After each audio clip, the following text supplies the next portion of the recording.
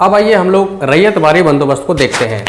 रैयतवारी बंदोबस्त मतलब है कि रैयत का मतलब होता है सीधा, रैयत का मतलब होता है किसान, खेत में काम करने वाले काश्तकार किसान जो स्वयं के जमीन पर काम करते हैं और लगान चुकाते हैं। तो ईस्ट इंडिया कंपनी, इस बंदोबस्त के तहत ईस्ट इंडिया कंपनी और किसान के बीच में सीधा संबंध स्थापित कर लिया गया और सीधा किसान अब ईस्ट इंडिया कंपनी को लगान चुकाने लगा। चुका जाने की व्यवस्था की गई इस बंदोबस्त में। बीच में बिचौलिया का प्रावधान को खत्म किया गया। अब देखिए यह कितने भूभाग क्षेत्र पर लागू था, तो ये भूभाग जो है 51% भाग पर, पूरे ब्रिटिश भारत का जितना भी क्षेत्र था उसमें 51%, उसके 51% भाग पर यह रैयतवारी बंदोबस्त लागू था। रैयत मतलब किसान होता है, किसान से सीधा संपर्क साध करके जो है उससे सीधा लगान वसूलने का प्रावधान इसमें किया गया था। 51% भूभाग से यह वसूलने लगा। तो खास तौर से जो यह भूभाग कौन सा क्षेत्र था, तो मद्रास, पूरा मद्रास, उस समय के मद्रास में अभी के तेलंगाना, अभी के आंध्र प्रदेश, ये सारे प्रांत आते थे। ठीक है ना, ये है मद्रास और बम्बई प्रांत। उस समय के बम्बई का दिए, इसका मतलब गुजरात भी आ गया, महाराष्ट्र भी आ गया इसमें। ठीक है ना, बम्बई में लागू हुआ था। लागू करने का श्रेय किसे जाता है, इसके जनक किसको कहेंगे, इसका ना, इस बंदोबस्त को लागू करने का श्रेय या उसके जनक कहेंगे कैप्टन रीड और थॉमस मुनरो। ठीक है ना, कैप्टन रीड ने सबसे पहले एक्सपेरिमेंट के तौर पर 1792 ईस्वी में कैप्टन रीड 1792 में पारामहल नाम का एक जगह है जो कि मद्रास में है, वहाँ पर एक्सपेरिमेंट के तौर पर इस रैयतवारी बंदोबस्त को लागू किया था। ये प्रश्न पूछा जाता है परीक्षा में। कैप्टन रीड रैयतवारी बंदोबस्त को देख लीजिए, अस्थायी बंदोबस्त 1793 में लागू हुआ, लेकिन रैयतवारी बंदोबस्त एक्सपेरिमेंट के तौर पर 1792 में ही कैप्टन रीड लागू किया था बारामहल में। ठीक है ना, फिर जो है 1820 ईस्वी से 1827 तक पूरे मद्रास में यह रैयतवारी बंदोबस्त लागू हुआ। तो कौन किया, तो मैकेंजी किया, है ना, मैकेंजी नहीं, थॉमस मुनरो किया। ठीक है ना, मैकेंजी वो था आपका महलबारी में है मैकेंजी। तो थॉमस मुनरो जो है यह किया, पूरे मद्रास में लागू किया, पूरे मद्रास में, है ना, पूरे मद्रास में लागू किया रैयतवारी बंदोबस्त। 1820 से 1827 तक में पूरे मद्रास में लागू कर दिया। इसमें जो लगान वसूलने का जो दर हुआ करता था कुल उपज का 33 से 35% भाग, 33 से, है ना, मतलब समझिए ना 1/3, है ना, वसूल लिया जाता था। पूरे उपज का 1/3 भाग वसूल लिया जाता था भू राजस्व के। और फिर भी ये महंगा था, फिर भी ये ज़्यादा था। ठीक है ना, इसमें भी जो है बहुत सारे किसान रैयत कर्ज के चंगुल में फंस गए, सेठ साहूकार से कर्ज लेना पड़ता था।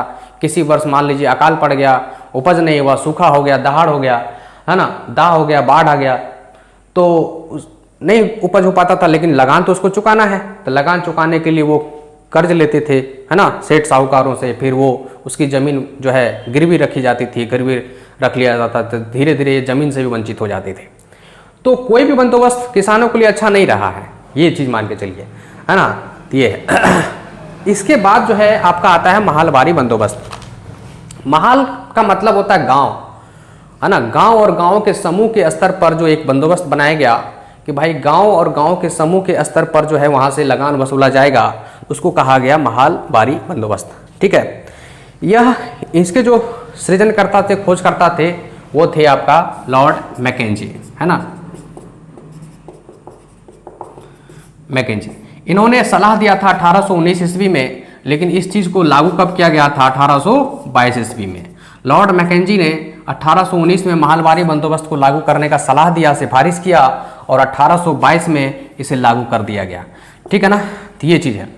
आप ये देखिए कितने प्रतिशत भूभाग पर यह लागू था महलबारी बंदोबस्त, भूभाग, तो ये था आपका 30% भाग पर, 30% भाग पर लागू था। तो कौन कौन क्षेत्र थे इसमें, जो है पूरे के पूरे मध्य प्रांत मतलब अभी का आप कह सकते हैं मध्य प्रदेश, छत्तीसगढ़ आदि जो क्षेत्र है वो पूरा मध्य प्रांत में आ गया, दक्षिण भारत में यह पूरा लागू था, पंजाब में यह पूरा लागू था, यूपी के कुछ शहर जैसे आगरा, अवध वगैरह में यह लागू था।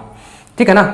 महलबारी बंदोबस्त, पंजाब वाला बहुत महत्वपूर्ण है, पंजाब वाला चीज पूछा जाता है। वेस्टर्न और नॉर्थ वेस्टर्न जो रीजन है भारत का, वहां पर भी जो है महलबारी बंदोबस्त लागू था। ठीक है ना। अब देखिए ये बंदोबस्त इसमें लागू है तो कितना प्रतिशत वसूला जाता था, तो शुरुआत में लगभग उपज का 80% तक वसूला जाता था, उपज का। बाद में भले उपज का 80% तक वसूला जाता था, बाद में भले इसमें घटा करके 60%, 66% है ना वसूला जाने लगा। बीच बीच में महलबारी बंदोबस्त में संशोधन भी होता था, है ना। जैसे कि 1833 में एक बार संशोधन हुआ था, विलियम बेंटिक के समय में, फिर डलहौजी के समय में भी इसमें संशोधन हुआ था, है ना। दर को घटाया गया था, ये सब चीजें हैं।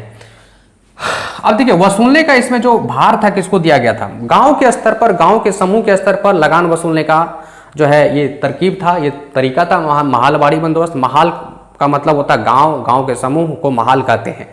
और इस बंदोबस्त में ही सबसे पहले है ना भूमि सर्वेक्षण का सलाह दिया गया था कि भूमि सर्वेक्षण किया जाए, भू सर्वेक्षण किया जाए। और अभी जो भू सर्वेक्षण वगैरह चलता है कहीं ना कहीं यहीं से इंस्पिरेशन है ना। तो भूमि सर्वेक्षण करने का जो है आधार यहीं से बना है। भूमि सर्वेक्षण करके गांव महाल के स्तर पर भूमि सर्वेक्षण करके किसका कितना जमीन है, एक दायरा, एक चौहद्दी मेंशन किया गया। ठीक है ना। इस तरह से रकबा वगैरह क्या हो, क्या हक, तो इस तरह से जो भी चीजें हैं वो जो है भू सर्वेक्षण के आधार पर जो है इस चीज को महलबारी बंदोबस्त के आधार पर लगान वसूलने का जो है तरीका को लागू किया गया। अब इसमें जो है इतने इन सब सारे क्षेत्रों में ये लागू थी। अब इसमें जो है महलबारी बंदोबस्त में क्या है ना कि जो वसूलते थे, जो लगान वसूलते थे महाल के स्तर पर, गांव के स्तर पर, गांव के समूह के स्तर पर, तो वो जो होते थे लंबरदार, क्या नाम होता था उसका, लंबरदार। लंबरदार क्या होते थे भाई, तो गांव के स्तर पर मुखिया जो होता था ना उसी को लंबरदार कहा जाता था। ये मुखिया ही लगान वसूलने के लिए जिम्मेदार होते थे, है ना। यही वसूल करके जो है ईस्ट इंडिया कंपनी को सौंपता था। तो लंबरदार, ये भी क्वेश्चन पूछा जाता है कि महलबारी बंदोबस्त लागू करने के लिए जो है किनके सिफारिश पर महलबारी बंदोबस्त लागू किया गया था, तो मैकेंजी के, है ना, हाल्ट मैकेंजी के सुझाव पर, और भूमि सर्वेक्षण की सलाह इन्होंने दी थी। उसके बाद जो है यह कौन वसूलता था, तो लंबरदार वसूलता था, है ना, जो कि गांव का मुखिया होता था, गांव के समूह का मुखिया होता था, वही इसको वसूलता था।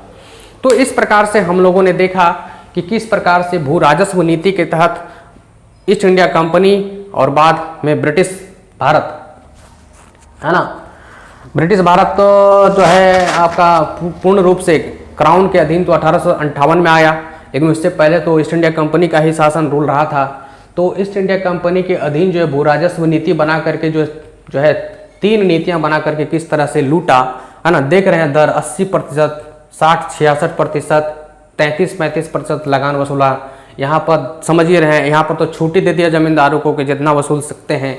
ये जो बंदोबस्त था ये किसानों को समझिए कि कर्ज के चंगुल में फंसाया, है ना। बहुत सारे जमींदार, बहुत सारे सेठ साहूकार के कब्जे में किसानों के, छोटे मोटे किसानों की जमीन आ गए। तो एक प्रकार से समझिए आर्थिक दोहन, आर्थिक शोषण, है ना।